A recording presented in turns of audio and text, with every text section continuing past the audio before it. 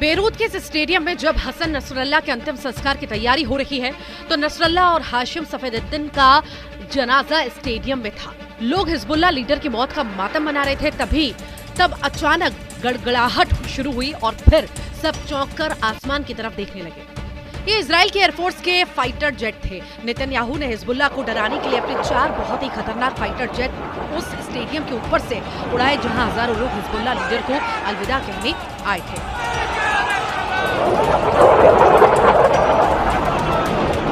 4 fighter jets में F-15 शामिल थे, जिसने गाजा और बैरूत में बेतहाशा बम गिराए। इस फाइटर जेट्स में स्टेल्थ लड़ाकू विमान F-35 भी थे, जो रडार पर नजर नहीं आते।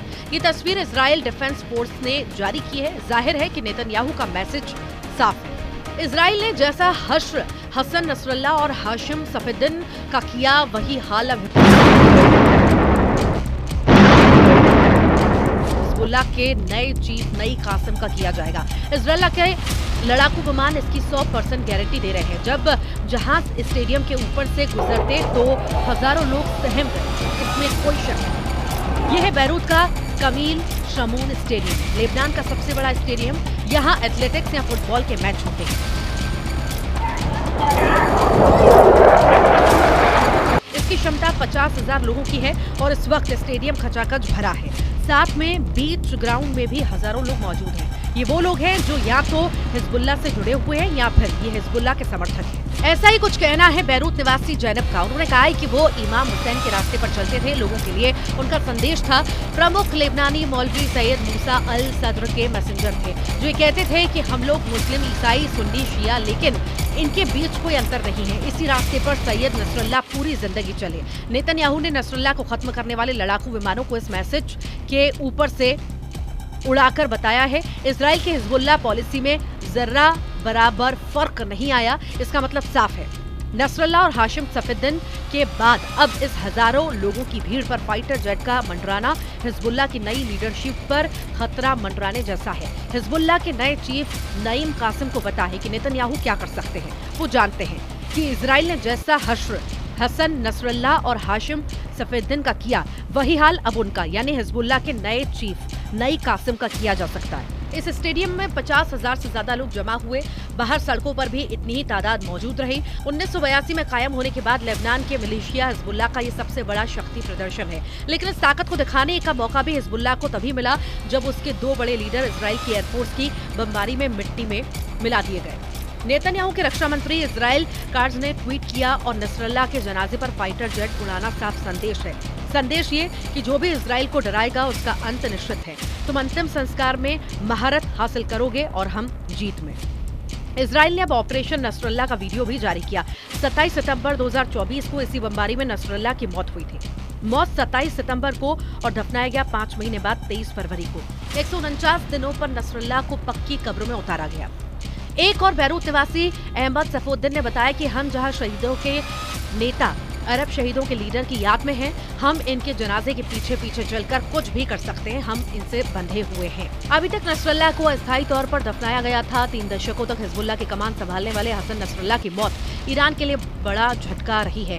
खामेनेई और उनके कमांडर आज भी इजराइल करंट को महसूस कर रहे हैं। लेकिन इस वक्त इजराइल का नया मोर्चा सीरिया में खुलता हुआ नजर आया, क्योंकि नेतन्याहू ने सीरिया के नए कमांडर अहमद अल शरा यानी अबू मोहम्मद अल जुलानी को लेकर बहुत खतरनाक वार्निंग जारी की। ये खबर इजराइल मीडिया, अरब और इंटरनेशनल मीडिया में हेडलाइन बनी है। खबर यह है कि नेतन्याहू ने कहा है कि वो अब जुलानी के संगठन HTS यानी कि हत्या तहरीर अल शाम को राजधानी दमिश्क से नीचे बर्दाश्त नहीं करेंगे। नेतन्याहू ने कहा है कि दक्षिण सीरिया यानी कुनैतरा, दारा, स्वेदा में कोई मिलिट्री मौजूद नहीं रहेगी। यानी अब सीरिया फ्रंट एक्टिव हो चुका है। अब नेतन्याहू और जुलानी के बीच सीधी टक्कर दुनिया को चौंका सकती है। इजराइल ने सीरिया में जुलानी के लिए एक बड़ी रेड लाइन खींच दी है, जिसको पार करने का मतलब एक और नया युद्ध, जिसका नतीजा होगा सीरिया में जुलानी की सत्ता का अंत। इजराइल के पीएम बेन्यामिन नेतन्याहू का भी एक बयान सामने आया। नेतन्याहू ने कहा, हम HTS या नई सीरियाई सेना को दमिश्क के दक्षिण में दाखिले की इजाजत नहीं देंगे। हम नए शासन की सेनाओं से दक्षिणी सीरिया के कुनैतरा, द्वारा और स्वेदा प्रांतों को पूरी तरह खाली करने की मांग करते हैं। इसके अलावा हम दक्षिणी सीरिया में रूस संप्रदाय के लिए किसी भी खतरे को बर्दाश्त नहीं करेंगे। नेतन्याहू इस वक्त अपने सबसे बड़े दुश्मन हमास को गाजा में घेरने में लगे हुए हैं। वहां दोबारा युद्ध शुरू होने के पूरे आसार हैं। नेतन्याहू इसकी गारंटी दे रहे हैं। वेस्ट बैंक में भी 20 के बाद इजराइल ने टैंक घुसा दिए, यानी वेस्ट बैंक के जेनिन और तुलकर्म इलाके में अब नया वॉर जोन बनने जा रहे हैं। यानी गाजा के साथ वेस्ट बैंक का फ्रंट पूरी तरह एक्टिव हो चुका है। मरगाबा टैंक पहुंचने का मतलब यह है कि अब वेस्ट बैंक का हाल गाजा से भी बदतर होने जा रहा है। बैरूत में नसरल्लाह के जनाजे पर फाइटर जेट उड़ाकर नेतन्याहू ने बता दिया है कि हिजबुल्लाह की नई लीडरशिप तब तक जिंदा रहेगी जब तक वो बटन नहीं दबाते।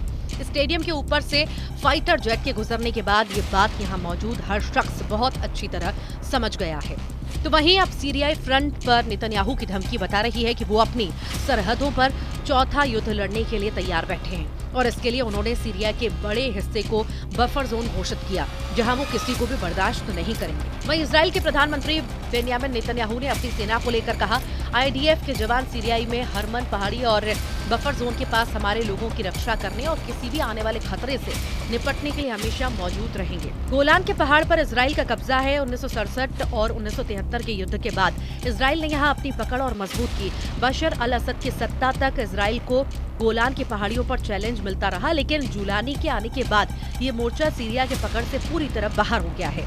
अब गोलान के 2/3 हिस्से पर इजराइल का कब्जा है। अब ये इलाका क्यों बहुत बड़ी बमबारी का वॉर जोन बन सकता है, इसके लिए ईरान से आने वाले सिग्नल को समझना पड़ेगा, क्योंकि सीरिया में अगर कोई इजराइल को सबसे बड़ी टक्कर दे रहा है तो वो जुलानी नहीं बल्कि ईरान है। इधर ईरान के सर्वोच्च नेता अली खामेनेई का कहना है कि हमारी बेशक जीत पक्की है, इन झूठे चक्कर को मत देखो, ध्यान रखो कि ये लोग जो खुद को जीता हुआ समझ रहे हैं, एक दिन ये सीरिया के वफादारों के पैरों तले कुचल दिए जाएंगे। ईरान बता रहा है कि सीरिया का जूता अब जुलानी को कुचलने के लिए तैयार हो चुका है। ईरान बता रहा है कि सीरिया का जूता उसकी जमीन में घुसपैठ करने वाले इजराइल के टैंकों को कुचल देगा। ईरान बता रहा है कि सीरिया में अमेरिका और इजराइल दोनों की खुफिया एजेंसी और उनके एजेंट भी कुचल दिए जाएंगे। सीरिया इस बात का सबूत है कि ईरान का रुख इजराइल को लेकर और सख्त होता जा रहा है और ये ईरान की जरूरत भी है। ईरान किसी कीमत पर नहीं चाहेगा कि सीरिया में इजराइल मजबूत हो। अभी नेतन्याहू सीरिया में जिस बफर जोन की बात कर रहे हैं वो अस्थायी बताया जा रहा है, लेकिन ईरान से लेकर सऊदी अरब तक सब जानते हैं कि ग्रेटर इजराइल भी नेतन्याहू के वॉर कैबिनेट का एक एजेंडा है, जो अगर आगे बढ़ा तो पूरे पश्चिम एशिया में तबाही मच जाएगी।